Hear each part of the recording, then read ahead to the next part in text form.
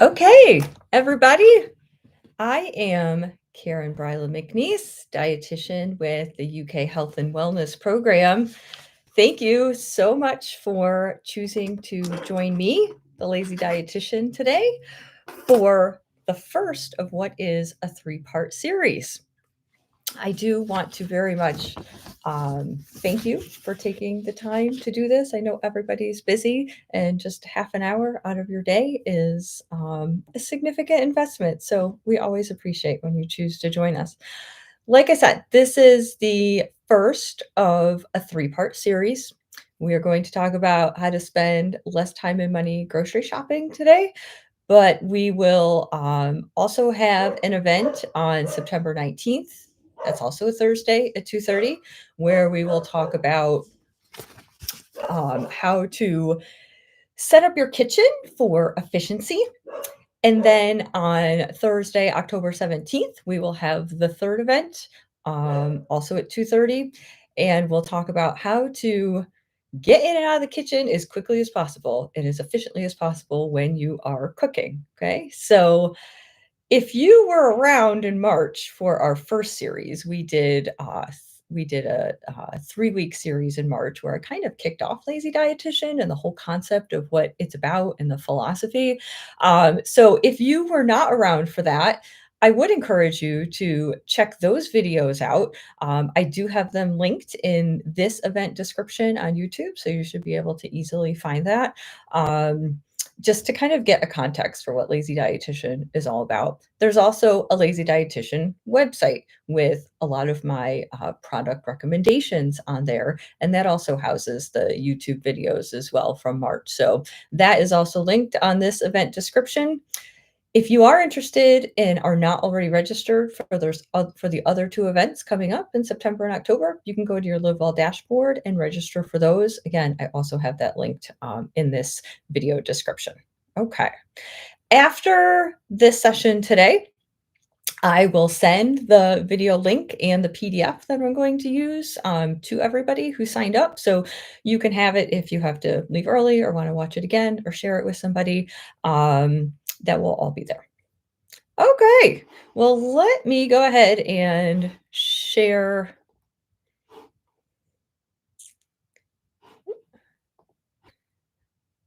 Okay. So I'm just going to rearrange things here, make sure I can see the chat box. You are welcome to use that chat box and chat me any comments or messages or emojis or reactions that you want to. Feel free as we go along here. Okay. Okay. So first, I want to address the elephant in the room, which is the common perception that it costs more to eat healthy. I hear this from clients all the time. And I do understand where that perception comes from.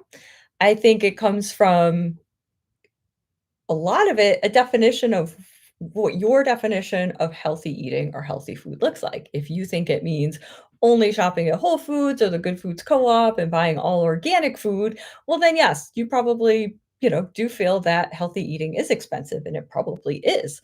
But again, if you tune into those first 3 videos from the Lazy Dietitian, you'll see you don't have to only shop at Whole Foods and Good Foods Co-op and buy organic. Okay, there are lots of healthy foods that are sold at Walmart or Kroger and all those other stores. Okay. But I do want to show you a little bit of the research just about what it really says in terms of healthy food being more expensive. So it really does depend on how you compare foods.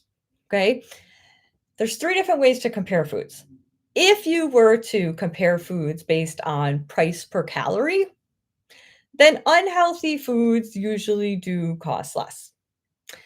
And that's because less healthful foods typically are higher in calories. So that means that their cost per calorie will be less.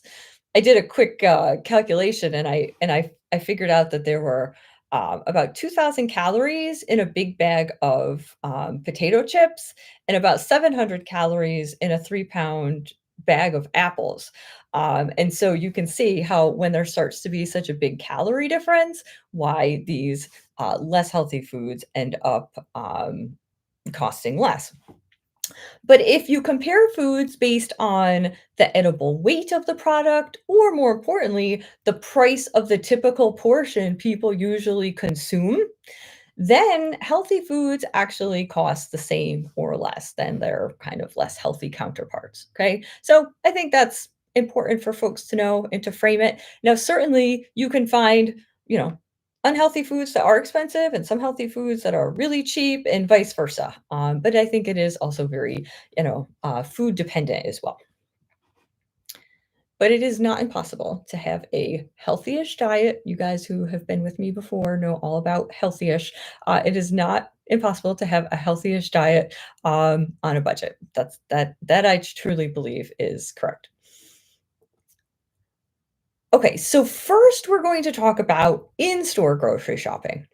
Now, a while back, that would have been all I talked about, but we're also gonna talk about online grocery shopping because that is a way that many people do their grocery shopping now, including myself. So if you don't think that this is necessarily applicable to you because you don't really go in the grocery store much anymore, stay tuned. We're gonna talk about online grocery shopping and some specific strategies for that.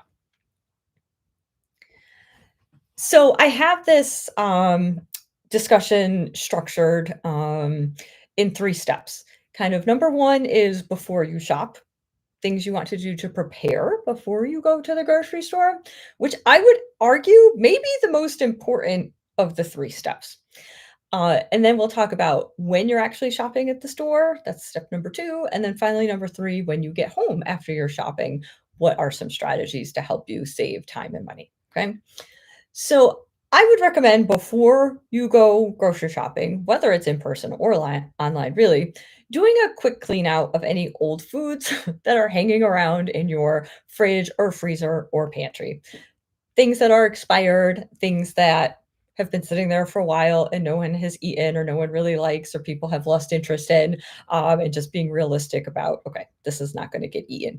And cleaning those kinds of things out so that you can have more room when your new groceries come in, and it will be easier and quicker to put those new groceries away instead of trying to work around all the other stuff that's in there that could have been cleaned out beforehand. Right? You might also, when you're doing the quick clean out of old foods, do a quick reorganization of your fridge or freezer or pantry. I do this almost every time too. If you have multiple people in your household, sometimes the organization gets a little sloppy and maybe it's a chance to put things kind of back how you would like to have them or where it's easier to see the things that you do have.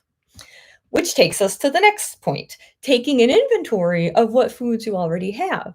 So one, I think this can be a great way to inspire meals. I know a lot of people are always like, "Oh, I don't know what to bake." Well, start with what something you already have. Maybe you've got some old, ground beef sitting around in the freezer that you need to use. Use that as an inspiration for a meal. Maybe you've got a bunch of dry beans in the pantry that need to be used. Use that as a base for your meals, okay? So it can be inspiring, but it can also save money because you're kind of going grocery shopping in your own pantry with things that you already have and can use. It could be really helpful too. Sometimes you have a bunch of random foods already at home that you don't know what to do with. You can go into Google and just type recipe and then type the foods you have on hand. Say like recipe pasta plus beef plus canned tomatoes, say, and see all the recipes that come up that use those things. That could be a really easy, quick way to make use of things you already have. Of course, we want to make a list. Oh, Diane and Jody like that. Yeah. um, Make a list. This seems obvious. Um, I think I think a lot of people know to make a list. I think maybe the bigger problem is remembering to bring the list with you to the grocery store. I hear that issue a lot. So if you're keeping a paper list, you got to make sure you have a way to bring that with you. If you do keep a paper list, I might also suggest taking a picture of it periodically so you at least have most of your list when you do go to the store and you have a picture of it on your phone. You can also use an app. There's a lot of apps that can, do grocery lists. One that I like is Out of Milk. That's a great one. It has a free version that works really well. A lot of the store-based apps like Kroger will also allow you to make a list in there. So when you go to the store, you can use the list right in the Kroger app as well. There's also a lot of apps that will allow you to share the list with other people in your household. So that could be particularly helpful if everybody in your household, kind of is using that technology, has a phone and or access to the internet and can just add their own things to that digital list at any time. I'm a little old school in some ways. I do the paper. Oh, and Alexa has it. Okay, I don't have an Alexa. That's good to know. I feel that way about Siri. Yelling at her sometimes is kind of fun. But yeah, so I'm kind of old school with the paper thing. I keep a little notebook. There's a notebook that's designated as the grocery notebook, and it sits on the counter. My kids are 9 and 12.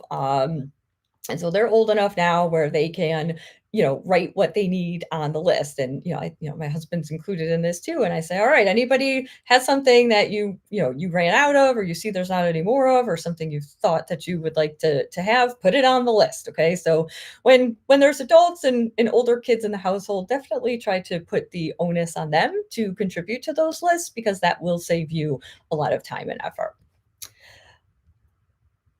Yeah, and then, yeah, using the notes, option on the phone or again, any of these, any of the apps really, yeah, are just like at your fingertips as soon as you think of it, put it in there. Oh, people have Post-its, dry erased. Okay. Natalie, you are on to something. And Austin, those were 2 things I was just gonna mention. And you can see here, taking pictures of your pantry, fridge, or recipes. Some fancy fridges have cameras built in now. I don't have one of those, and I don't know how well they work, but that is definitely an option, and probably more and more fridges and freezers will have those down the road.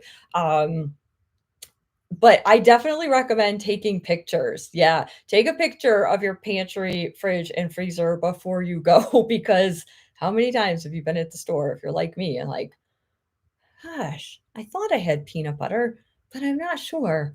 I better grab some just in case because we always use peanut butter. And then I end up with like 5 jars of peanut butter in the pantry because I think that, every time I shop, right? So, taking those pictures can help.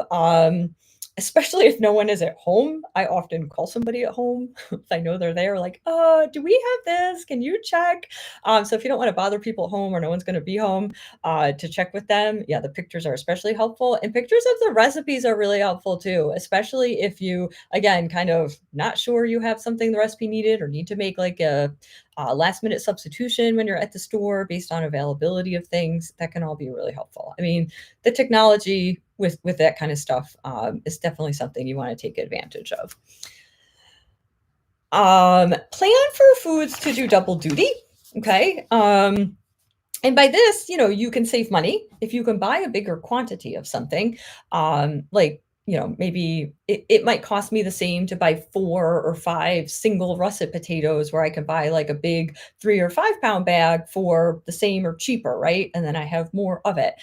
So maybe I'll buy the big bag of potatoes. Maybe I'm going to only use half of them for baked potato night, and maybe I can use the rest of them for a side and make some roasted potatoes for another night. So if you're going to buy things that maybe you don't often buy or like specialty things, making sure maybe you have a plan to make them do double duty. Sometimes when I buy like special cheeses or condiments, I feel like this is a time when I'm really going to work to use those because they do cost money and they will go to waste because they're perishable. Pick a strategic time to shop. I know this is hard, especially again if you're an in-store person, but trying to go when you are not too crunched on time, not maybe overly stressed or tired, because those 2 things together will lead to probably forgetting things, maybe making poor decisions or more impulse purchases, which will mean you spend more money, or maybe have to make extra trips to the store later because your shopping trip was a little bit of a hot mess. So, trying to find the best time possible, maybe trying to go when it's not so crowded at the store too. But again, in an ideal world, sure, but just trying to consider those factors when you can. Um, shop alone. Now, I know you've probably heard this advice to shop alone, and you often hear that about kids. Like, don't bring young children to the grocery store with you because they're going to want all the sugary cereals and the snacks and the bright colored things that are all marketed towards kids, right? But the research actually tells us that shopping with anybody else, kid, adult partner, friend, whatever, you will spend more money. So I know there are a lot of folks who do like to shop with the people in their household, and it's an experience for them, and it's something they enjoy and they find helpful, and that's great. Okay.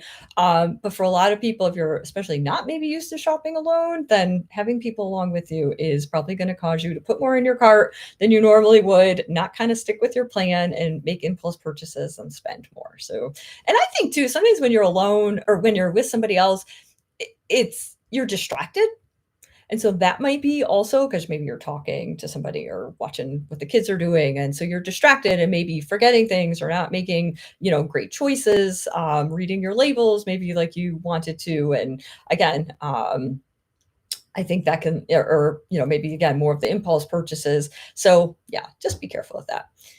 Don't shop hungry. We all know, I think, probably had that experience of what happens when you shop hungry. Everything looks good. You again are probably going to be less likely to stick with your plan that you had. You're going to make more impulse purchases, probably less healthy impulse purchases as well. And then finally, try to shop at the same stores when possible. I mean, Kroger is not Kroger. Um, you know, the Kroger I shop here at Boston Road is laid out completely differently than the one on Euclid Drive. And so I'm going to waste a lot of time walking around trying to get my orientation and find things. And if I just shopped at the one I'm most familiar with. So there is something to be said for trying to do that.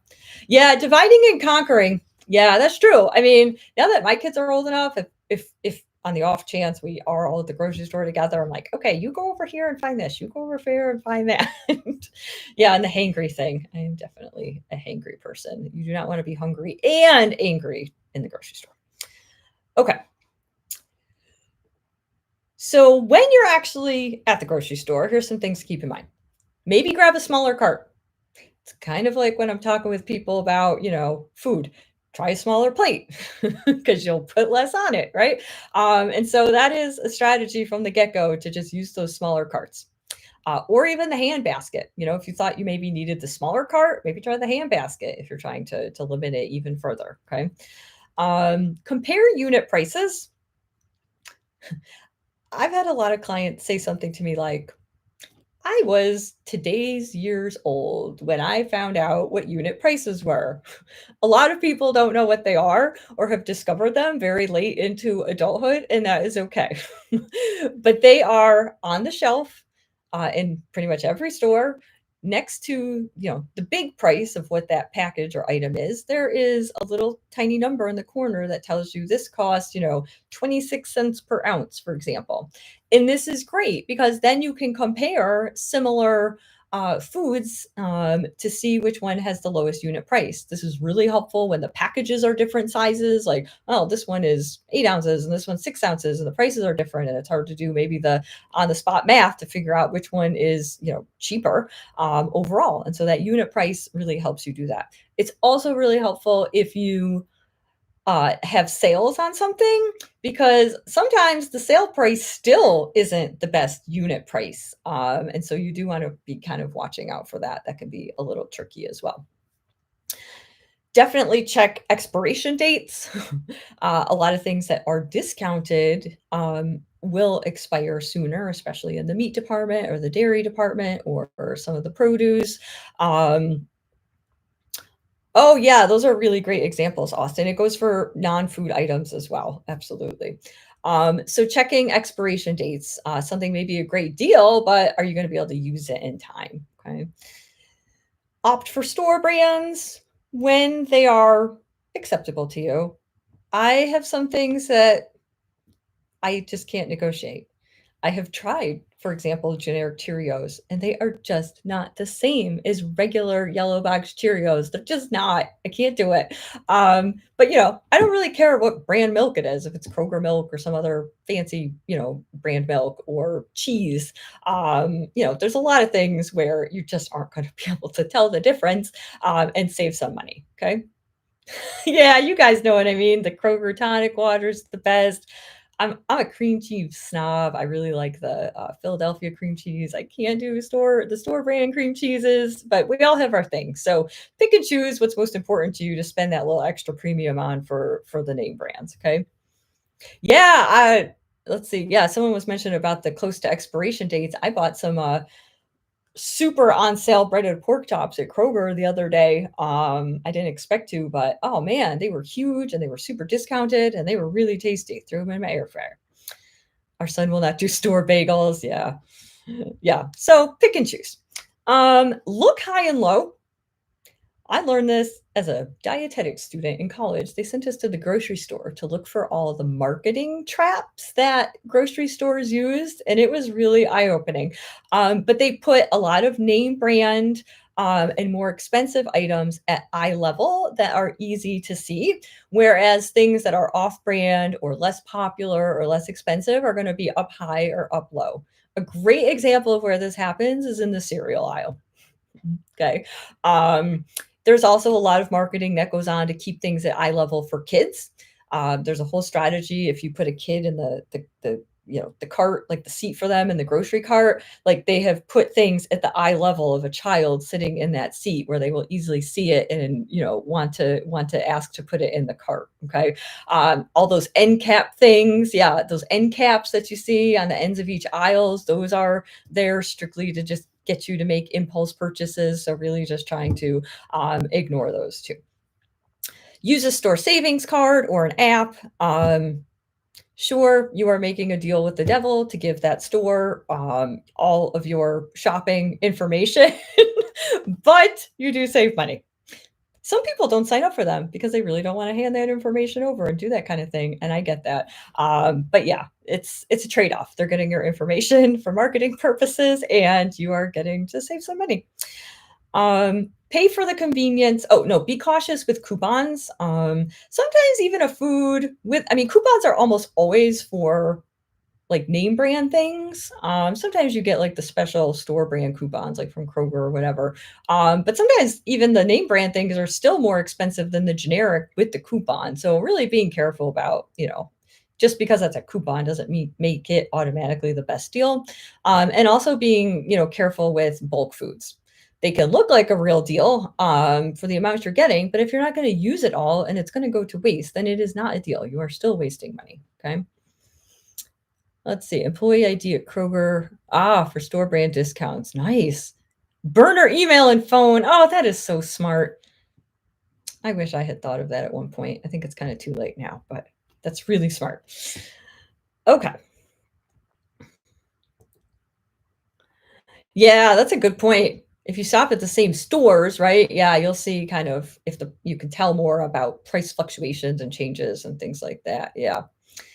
The other thing I was going to say too, a lot of the stuff at Kroger, I know where it says like, oh, 3 for $10 or whatever. You don't have to buy 3 of them to get the thing for $10 deal. You can buy one for $3.33. And so sometimes people don't always realize that either, but it's their way of trying to get you to buy more stuff.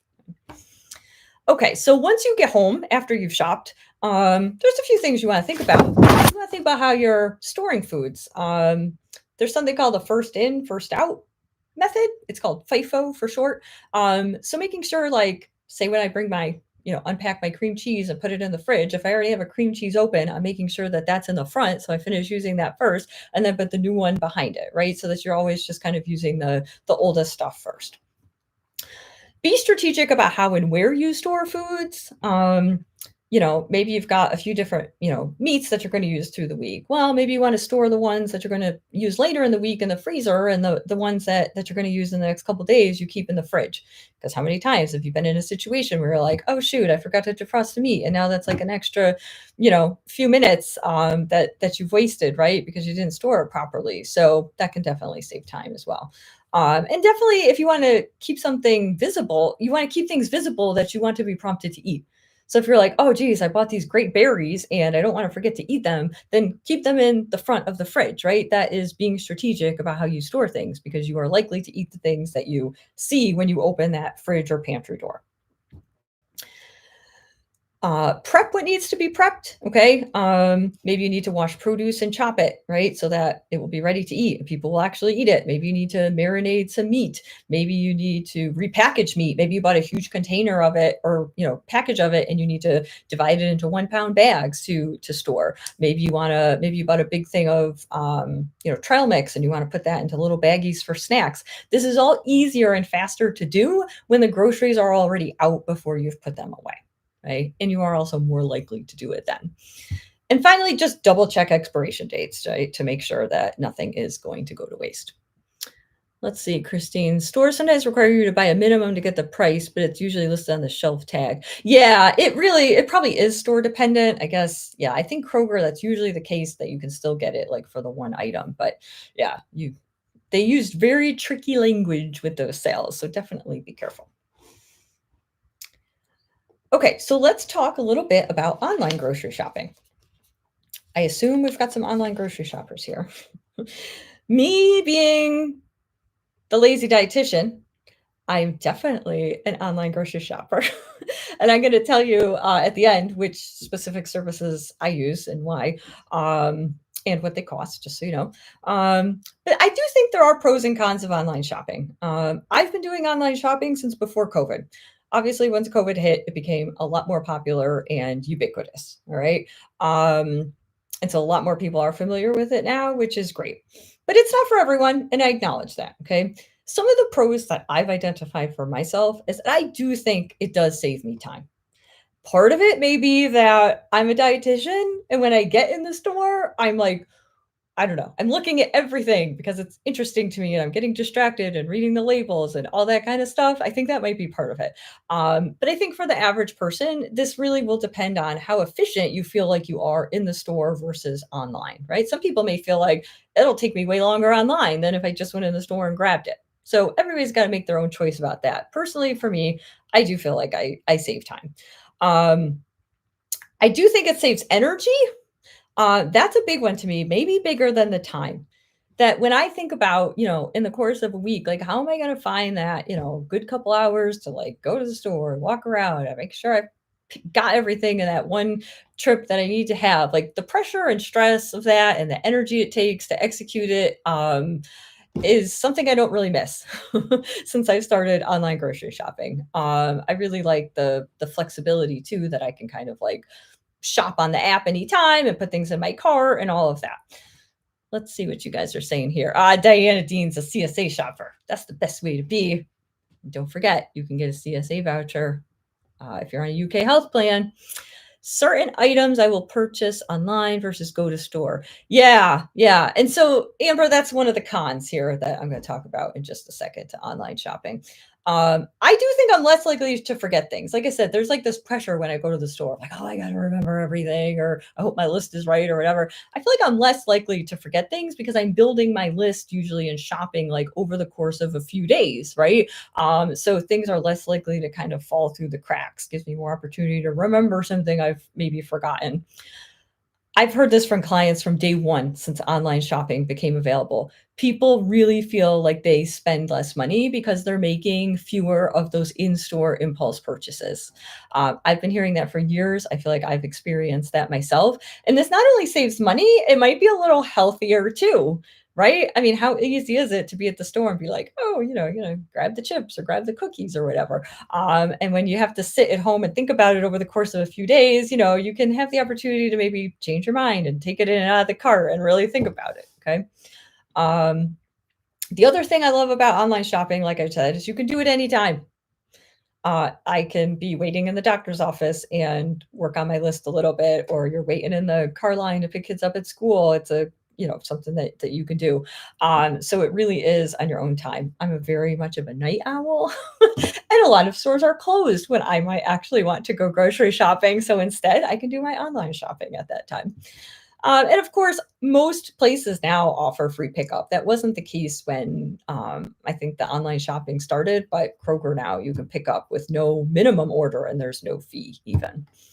Some of the downsides or cons might be the learning curve. I think this does intimidate people who've never used it to start. I think it's a pretty quick learning curve once you get going with it, especially if you're used to using other apps and websites and technology. But that I understand how that can be a barrier, just doing it for the first time. Yeah, the quality of items, right? It's like we said, Amber said, somebody else is picking out your meat and your produce and stuff like that, and maybe checking or not checking expiration dates. And so, you are kind of taking a little bit of a gamble sometimes with that. Substitutions, also, you're taking a little bit of a gamble with of what they substitute, but most places now have a really good mechanism in place for you to specify substitutions and approve or decline them once they are made during your shopping.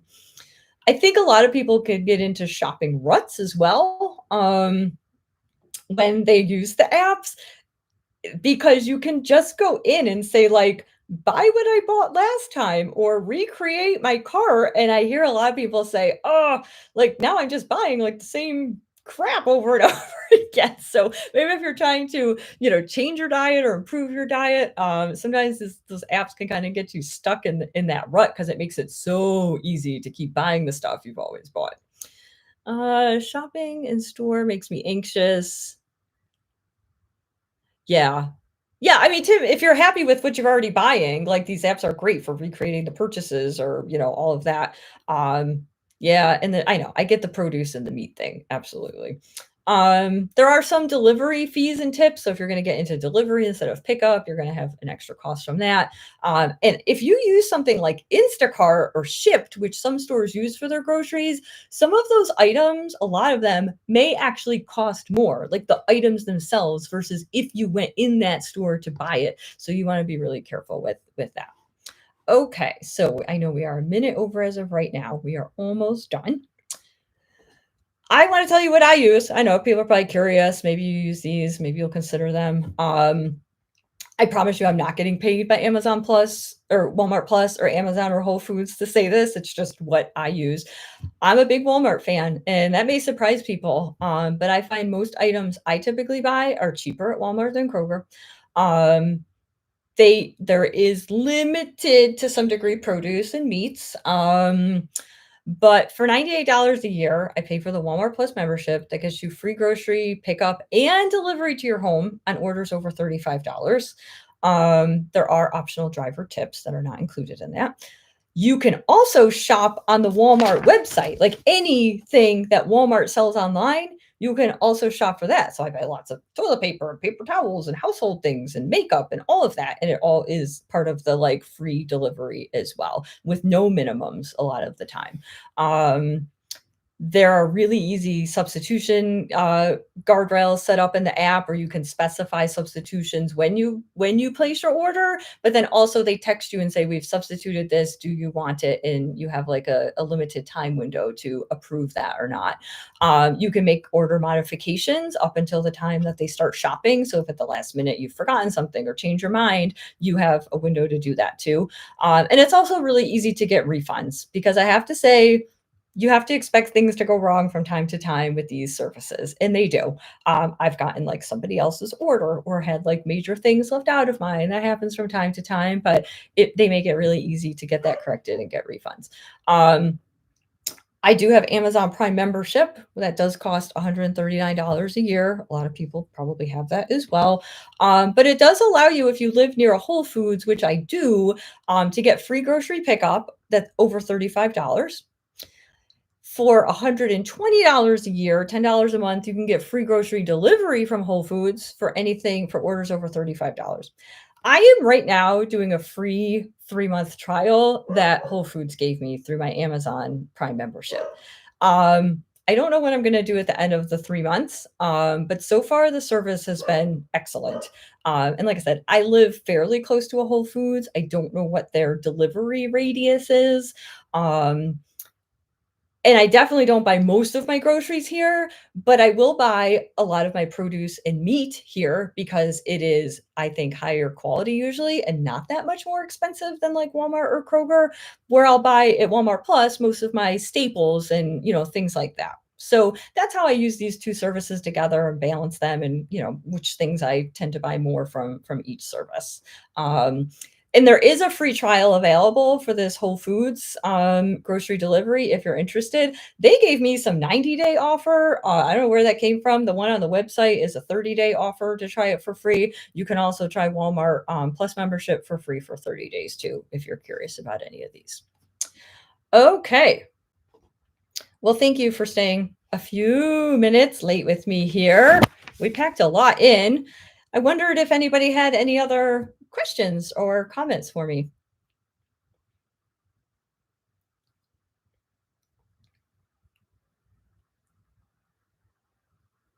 Okay.